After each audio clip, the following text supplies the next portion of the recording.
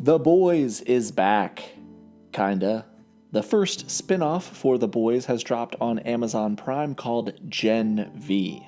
Gen V is essentially a story about young adult superheroes, or as they're known in the show, Supes, living within and being tested by the Godolkin School of Crime Fighting. And you could think of the Godolkin University School of Crime Fighting as the Boys Universe's version of Xavier's School for Gifted Youngsters, otherwise known as the X-Mansion.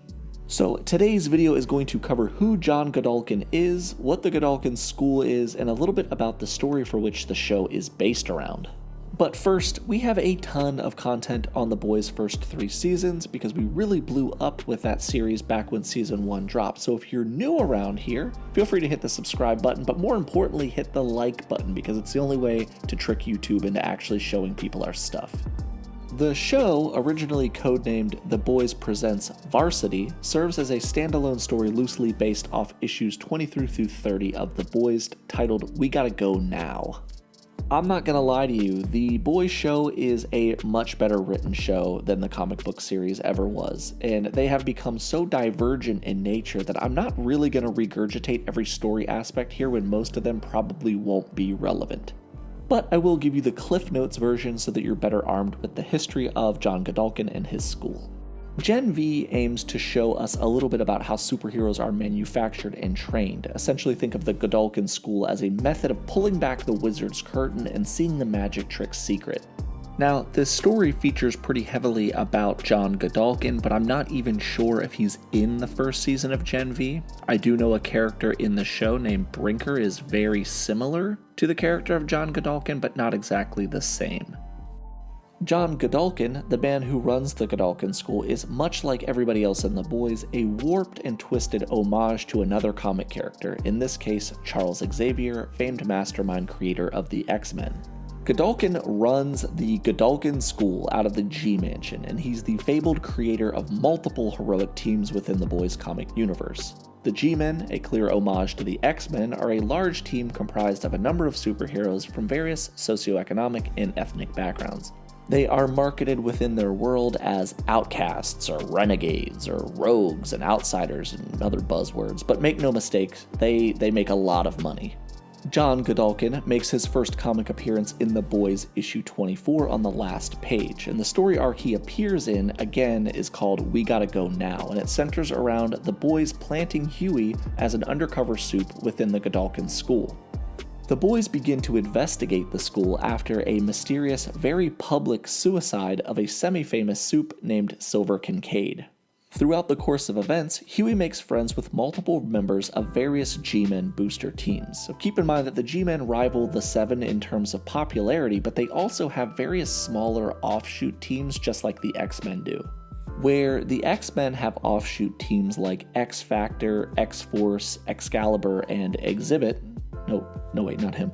The G-Men have teams like G-Coast, G-Force, and G-Style. And a lot of these teams are comprised of members specifically put into the program for marketing reasons. For example, G-Style is almost entirely African American and marketed as an urban team, which is super duper racist. G-Wiz is essentially like the Teen Titans, a child grooming offshoot of the G-Men that aims to indoctrinate young supes into a lifetime of public scrutiny and service, and that is the team that I wanted to discuss the most today. That last team, G-Wiz, that's where this entire thing gets really dark. The Boys show and the comic book both deal with some of the most grotesque topics, and this arc is absolutely one that made me the most uncomfortable when reading. So let's rip this band-aid off right now. John Godolkin is a pedophile, and he grooms and abuses the children within G-Wiz and other subsequent booster programs, and what's worse is that Vought knows about it, but due to the fact that his business model and superhero teams generate billions in profits, they just look the other way. The only really important thing from this story that you honestly need to know, and that might have any relevance at all within the story, is that we find out that Silver Kincaid was raised primarily within the confines of this environment, and she aims to put this disgusting piece of trash on blast. Her suicide was designed to get the right people, aka Billy Butcher and the rest of the boys, to start digging deeper into the G-Men, and it works. Billy ends up embedding Huey into the school where he befriends various members of booster teams while trying to understand the larger mystery at hand. After interrogating a former G-Men, they find out that not only do the other G-Men look the other way, but some of them are also so messed up from this abuse that they join in. Collectively, the boys find out that most of the G-Men would rather die protecting Godolkin than give up the fame and fortune that comes with being a G-Man. This leads to exactly where you would expect it to lead to, an inevitable showdown between the boys and John Godolkin and all the various G-Men teams. However, in a last-second twist of capitalistic fate, the Vought Corporation sends in a military squadron who mercilessly slaughters everybody associated with the G-Men, including Godolkin himself. Vought understands that the mystery is being unraveled, and they decide to literally and figuratively cut their losses by killing everybody off in the G-Men. This was a story that really affected me when I read it because I'm a father, and anything that has to do with child abuse really makes me uncomfortable. So I kind of hope that the show doesn't go down this route, but if it does, I hope that the characters meet just as bad, or if not worse, of a fate in the show.